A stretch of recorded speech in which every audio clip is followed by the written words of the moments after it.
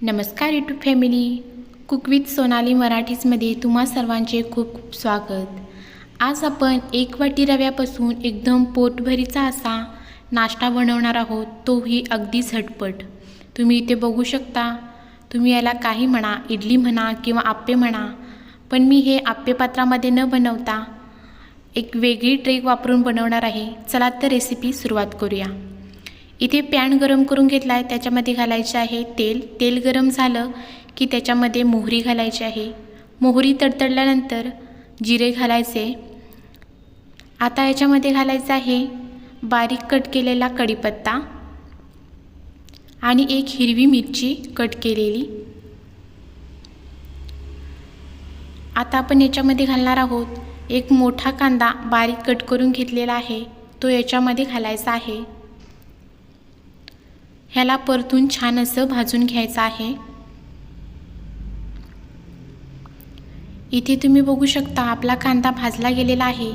आता आपण याच्यामध्ये घालणार आहोत बारीक कट केलेले गाजर आणि ढोबळी मिरची किंवा शिमला मिरची। आता हे छान असं परतून घ्यायचं आहे। ह्या भाज्या आता आपल्या बऱ्यापैकी शिजल्या आहेत। आता याच्यामध्ये घालायचे आहे कोथिंबीर आणि ही पुन्हा सर्व भाज्या मिक्स करून घ्यायच्या आहेत। तुम्हाला हवं असेल तर तुम्ही ह्याच्यामध्ये थोडंसं मीठ टाकू शकता, पण मी इथे मीठ नाही वापरलं आहे।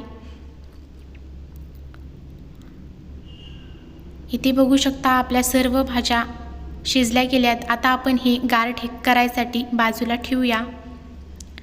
आता एका मिक्सरच्या भांड्यामध्ये 1 वाटी रवा घेतलाय।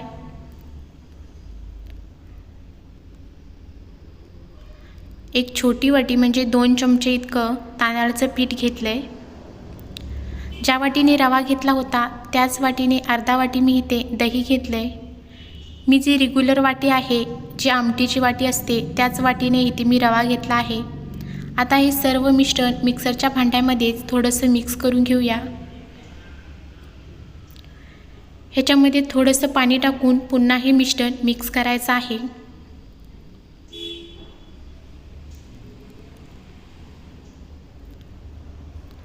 आता याला मिक्सरला थोडंसं फिरवून छान असं वाटून घ्यायचं आहे या पद्धतीने। आता हे वाटलेलं मिश्रण एका बाउलमध्ये काढून घ्यायचं आहे। अशा छान छान व्हिडिओसाठी प्लीज माझ्या चॅनलला सबस्क्राईब आणि लाईक करा। थोडंसं पाणी घालून तुम्हाला या कन्सिस्टन्सीमध्ये हे पीठ बनवून घ्यायचं आहे। आता आपण ज्या भाज्या शिजवून घेतल्या होत्या त्या सर्व ह्या मिश्रणामध्ये घालून घ्यायच्या आहेत। माझ्या सर्व व्हिडिओंची नोटिफिकेशन तुम्हाला मिळण्यासाठी प्लीज बेल आयकॉनचे बटन दाबा, म्हणजे माझ्या सर्व रेसिपींचे नोटिफिकेशन तुम्हाला मिळत जाईल। आता ही भाजी या मिश्रणामध्ये घालून छान अशी फेटून घ्यायची आहे। छान मिक्स झाल्यानंतर आपल्याला आता या पिठावरती झाकण घालून 15 मिनिटांसाठी बाजूला ठेवायचं आहे। आणि याच्यासोबत आपण आता इथे एक चटणी पाहणार आहोत। आता एका मिक्सरच्या भांड्यामध्ये एक छोटी वाटी शेंगदाणे घेतलेत, त्याच वाटीने मी ते फुटाण्याची डाळ घेतले, एक हिरवी मिरची घेतले आणि कोथिंबीर घेतले। आता हे सर्व मिश्रण मिक्सरला छान वाटून घ्यायचं आहे। या पद्धतीने तुम्ही हे मिश्रण वाटून घ्या।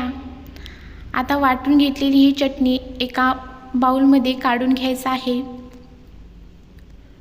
तुम्ही खरंच हा नाश्ता एकदा तरी नक्की ट्राय करा। आता काढून घेतल्यानंतर तुम्हाला जशी पातळ किंवा घट्ट हवी असेल तशी तुम्ही इथे चटणीची कन्सिस्टन्सी बनवू शकता। मी जाडच ठेवलेली आहे। आता त्याच्यामध्ये थोडंसं मीठ घालून पुन्हा ते मिक्स करून घ्या।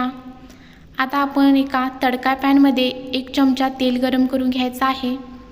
तेल गरम झालं की त्याच्यामध्ये घालायचे आहे मोहरी, जिरे आणि कढीपत्ता आणि ही फोडणी चटणीवरती ओतून पुन्हा ही चटणी मिक्स करायची आहे। इथे आपली चटणी तयार आहे। आता आपण मगाशी जे पीठ मुरण्यासाठी ठेवलं होतं ते उघडून बघूया. इथं बघा आपलं पीठ परफेक्ट असं बनलं गेलं आहे. आता ह्याच्यामध्ये चवीनुसार मीठ घालून पुन्हा हे मिश्रण मिक्स करायचं आहे.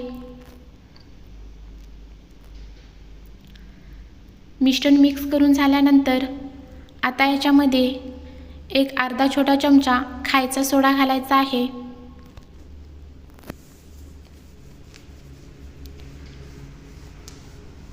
सोड्यावरती थोडंसं पाणी घालून पुन्हा हे मिश्रण फेटून घ्यायचं आहे. हे मिश्रण फेटल्यानंतर लगेचच आपल्याला आप्पे बनवायला घ्यायचं आहे.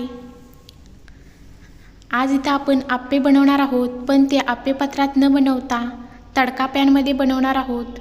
मी इथे गॅसवर एक जाळी ठेवले, त्याच्यावरती तडका पॅन ठेवला आहे. तडका पॅन गरम झाला की त्याच्यामध्ये तेल घालायचं आहे. तेल छान गरम झालं की त्याच्यामध्ये 1-2 पळ्या आपल्याला पीठ घालायचं आहे. हे आपल्याला 2 पळ्या अशा किंवा 2 छोटे चमचे बॅटरनं आपल्याला ह्याच्यामध्ये घालून घ्यायचं आहे. तुम्ही या पद्धतीने खरंच एकदा नाश्ता करून बघा. खूपच चविष्ट असा हा लागतो, करायलाही एकदम सोपा. दोन्ही बाजून आपल्याला खरपूस भाजून घ्यायचं आहे. आता आपण एक बाजू पलटी करून घेऊया. वाव, तुम्ही इथे पाहू शकता एकदम परफेक्ट असं आहे. आपले आप्पे किंवा इडली छान अशी भाजली गेली आहे. आता दोन्ही बाजूने आपला हे खरपूस भाजायचं आहे. गॅस अगदी मंदच ठेवायचा आहे.